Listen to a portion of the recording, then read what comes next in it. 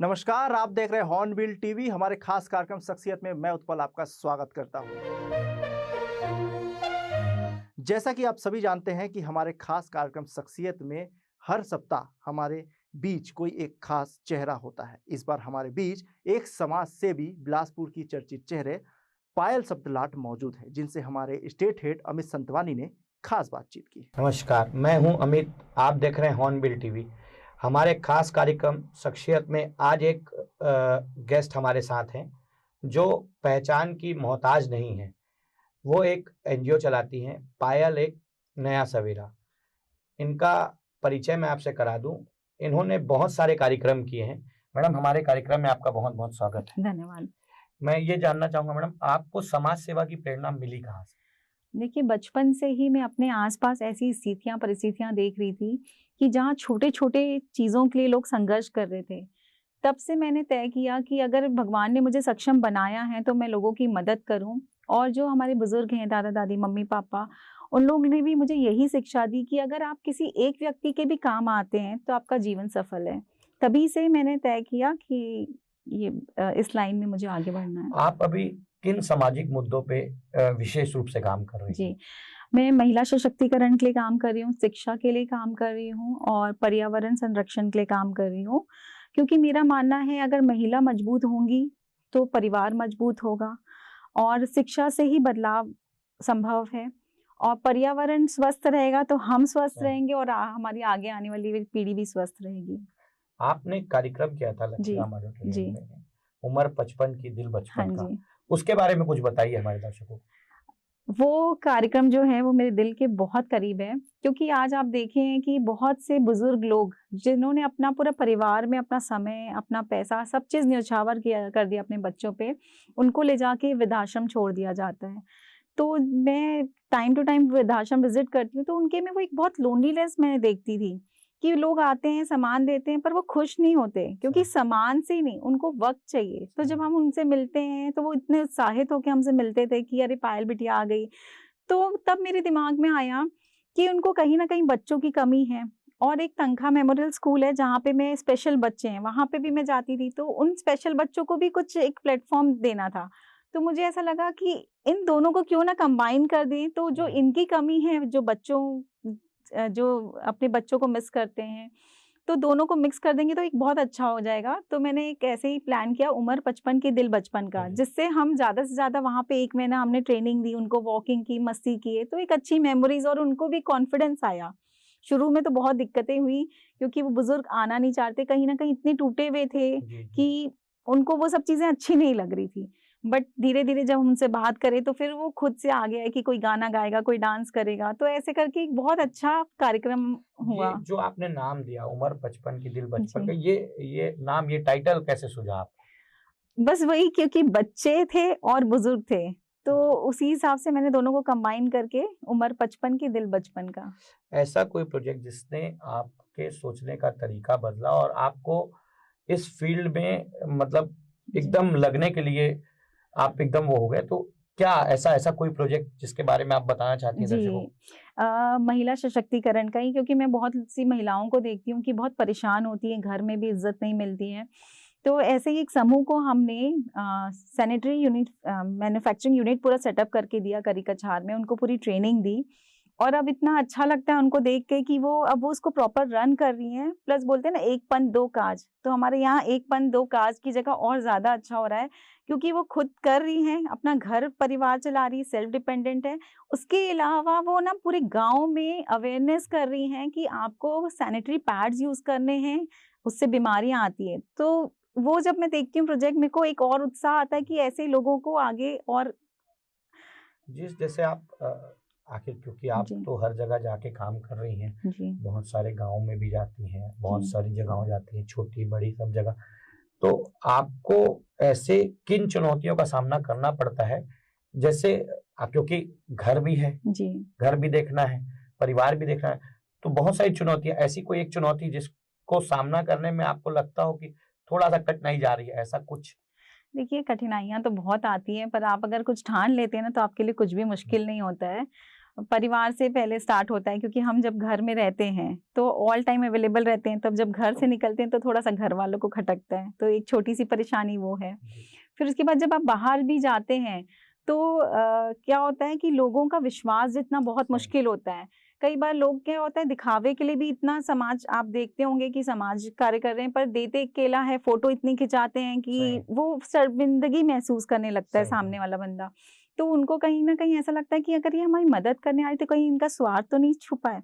तो वो विश्वास जीतना एक बहुत बड़ा चुनौती है, बट आप निरंतर जब उसमें प्रयास में लगे रहते हैं तो लोगों का विश्वास अपने आप आ जाता है। आप कितने सालों से काम कर रही हैं, लगभग कितने साल हो गए आपको? मेरे को 9 साल हो गए। 9 सालों में जी। कब लगा कि हाँ अब मैं संतुष्ट हूँ अपने काम से? कितने साल बाद आपको परिणाम देखने को मिला कि हाँ चलो अब अच्छा लग रहा है? मैं आपको बहुत सारी ऐसी हैं, एक छोटा सा आपको एक बताती हूँ। एक स्कूल हम गए थे बच्चों के, जब हम रोटरी क्लब से डोनेट करने गए थे तो वहाँ पे बच्चियों को मैंने ना कार में, वो 3 बच्चियां मैम ने बताया कि बहुत टैलेंटेड है, बहुत ही बढ़िया, तो उनको मैंने कार में अपनी घुमाया और मैंने उनको बोला कि अगर आपका रिजल्ट बहुत अच्छा आता है और मैम मुझे फोन करेंगी तो मैं फिर आऊंगी आपके पास, आपको घुमाऊंगी और आपको इतना करना है कि आप उस लेवल में पहुंचे और आप भी दूसरों को ऐसे घुमाएं, तो मोटिवेशन के लिए। तो एक बार अर्चना मैम के साथ हम नशा मुक्ति के लिए एक स्कूल गए थे, तो वो दूसरी स्कूल में बच्ची हायर स्कूल में चली गई थी, तो वो आके एकदम से मेरे से पैर छूने लगी, मेरे से लिपट गई कि मैम आप आ गए। तो वो एक जो बच्चों के चेहरे में स्माइल थी और मुझे इतना अच्छा लगा कि क्योंकि इतने बच्चों में मैं नहीं रिकॉग्नाइज कर पाई उनको, पर उन्होंने जब मुझे रिकॉग्नाइज किया और वो जो स्माइल था, तो जो इन लोगों की स्माइल होती है जब किसी बुजुर्ग का ऑपरेशन नहीं हो पा रहा है, वहां पे हम सपोर्ट करते, जो परिवार में जो स्माइल होती है, तो वो मुझे लगता है कि वो मेरी उपलब्धियां हैं। मतलब आने वाले और 5 सालों में अपने कार्य को किस तरीके से आगे ले जाना चाहती है और कहाँ पहुंचने का एक लक्ष्य तो कुछ बनाया होगा आपने? जी, आगे आने वाले सालों में मैं चाहती हूँ जो मेरा सामाजिक कार्य है और बड़े उच्च स्तर पर पहुंचे।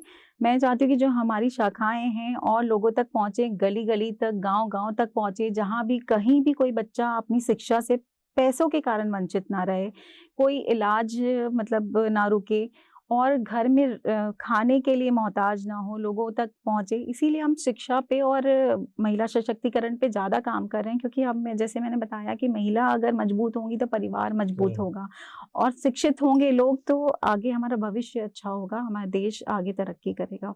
जैसे हर घर में होता है कि जब पत्नी बाहर निकलती है जी, तो सबसे ज्यादा असर पति पे पड़ता है। भैया का क्या रिएक्शन है इस चीजों में?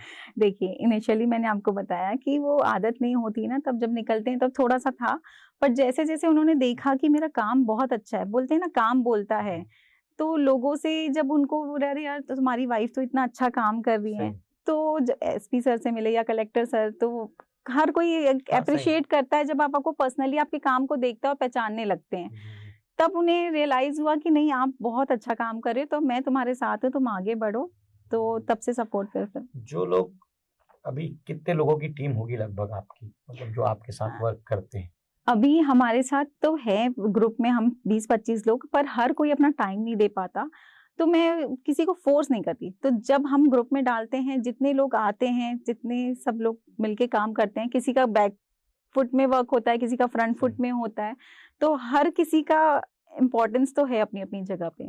जो लोग अभी समाज सेवा में जुड़ना चाहते हैं या आगे इस तरीके का वर्क करना चाहते हैं, उनके लिए आप क्या सजेशन करेंगे? किस तरीके से वो इस लाइन में आए और किस एंगल को पकड़ के? कई बार होता है कि हम समझ नहीं पाते कि हमको करना क्या है, तो ऐसा सुझाव लोगों के लिए कि वो इस तरीके की समाज सेवा करे, चाहे आपके साथ करे, चाहे अकेले करे, चाहे किसी और के साथ जुड़ के करे, मतलब इस तरीके का कार्य उनको करना चाहिए। बहुत अच्छा सवाल है आपका। मैं लोगों से कहूंगी कि छोटी छोटी शुरुआत करिए, पर जो करें वो दिल से करें, दिखावे के लिए मत करिए कि आपने ये कर दिया वो कर दिया, ऐसा नहीं। जो भी करना है आपको दिल से करना है, तभी आप एक्चुअली आपका समाज सेवा सार्थक कहलाएगा। और जरूरी नहीं है कि अगर आपके पास पैसे नहीं तो आप समाज सेवा नहीं कर सकते। बहुत सा तरीका है कि आप छोटे जो स्लम एरियाज हैं वहाँ के बच्चों को पकड़ो, वहाँ को ट्यूशंस पढ़ाओ, और जैसे नशा मुक्ति के कार्य अभी हमारे एसपी रजनीश सिंह सर द्वारा चलाया जा रहा है, आप उसमें जुड़ के लोगों को अवेयर करिए। तो बहुत तरीके से, पर एक एक फील्ड चूज करिए। जैसे पहले मेरा भी बहुत ऐसा मैंने फैला लिया था, तो ऐसा हो रहा था कि कि सब जगह भागते भागते हर कोई हर जगह नहीं कर सकता, तो फिर मैंने इसको इसीलिए महिला सशक्तिकरण, शिक्षा और पर्यावरण में उसको किया। बाकी छोटे मोटे हेल्प तो अपन ऐसे ही कर लेते हैं। हमने देखा कई सारे पुलिस के प्रोजेक्ट्स में भी आप उपस्थित रहती हैं जी। और चाहे एसपी कोई भी रहा हो, और अर्चना झा मैडम तो अपना काम करती थी, उनके साथ भी कई बार आपको देखा गया। तो पुलिस की किस तरीके से सहायता आपको मिलती है और आप उनकी किस चीजों में मदद कर पाते हैं? देखिए, अवेयरनेस कैंप में हम उनकी बहुत अच्छे से मदद कर पाते हैं, क्योंकि हर जगह जरूरी नहीं पुलिस पहुंचे, और हर नागरिक का एक कर्तव्य होता है। हर चीज हम सोच दें कि गवर्नमेंट को छोड़ दें या पुलिस प्रशासन को छोड़ दें, तो ऐसा नहीं होगा, और हर शुरुआत अपने घर से ही होनी चाहिए। तो हम अपने घर से शुरुआत करें, पहले अपने बच्चों को अवेयर करें, फिर धीरे धीरे जैसे जैसे कॉलेजेस वगैरह में जाके, तो दोनों की जब हम लोग की एक साठगांठ होती है ना, तो चीजें ज्यादा दूर तक और ज्यादा अच्छे से प्रभावशाली तरीके से पहुंच पाती है।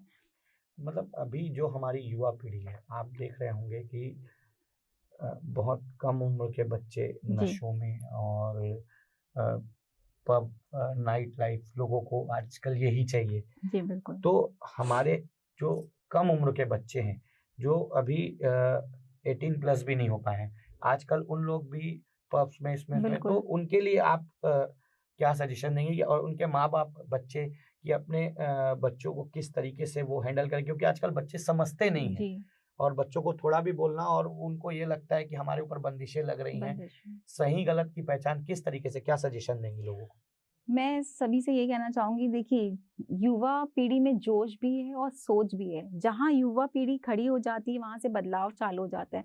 पर अगर आप अपने आप को नशे की तरफ धकेल देंगे, तो आप के साथ साथ में आपका परिवार भी परेशान होगा, और ना देश की तरक्की होगी ना आपकी तरक्की होगी।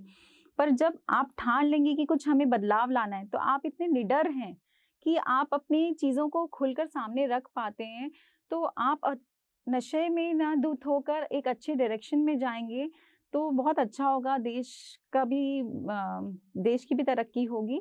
और माताओं से मैं यही कहूंगी कि थोड़ा थोड़ा, बहुत ज्यादा टाइट भी ना रखें और बहुत ज्यादा ढील भी ना दें, क्योंकि आप देखेंगे, आप रेत को अगर आप मुट्ठी बंद करेंगे, ज्यादा टाइट करेंगे, तो वो फिसलती जाएगी। तो कई घरों में देखा गया है कि इतना टाइट करते हैं कि बच्चे छुप के करते, माता पिता को पता नहीं होता है।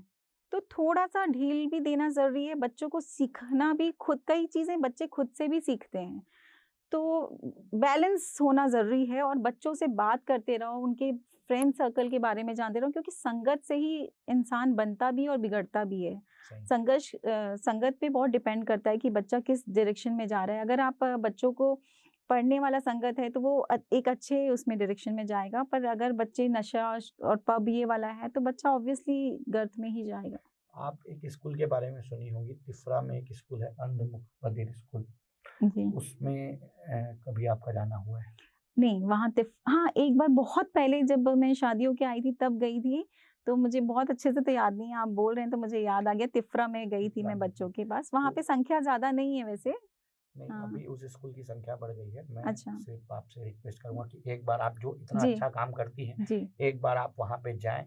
वहाँ पे आपको और भी प्रतिभाशाली लोग मिलेंगे, जिनसे आपको काम करते और आपको वाकई में लगेगा उनके लिए कुछ करना चाहिए। तो हमारे चैनल के माध्यम से और कोई ऐसा संदेश जो आप देना चाहते हैं? जी, मैं सबसे यही कहूंगी कि जो भी करें पूरे दिल से करें, और कभी हार ना माने, क्योंकि शुरू में इनिशियली आपको जरूर दिक्कतें आएंगी। अगर हार मान के बैठ जाएंगे, तो कभी आप आगे नहीं बढ़ पाएंगे। तो वो दिल से करें और आगे बढ़ते रहें। धन्यवाद। धन्यवाद madam. Amit Santwani, Hornbill TV.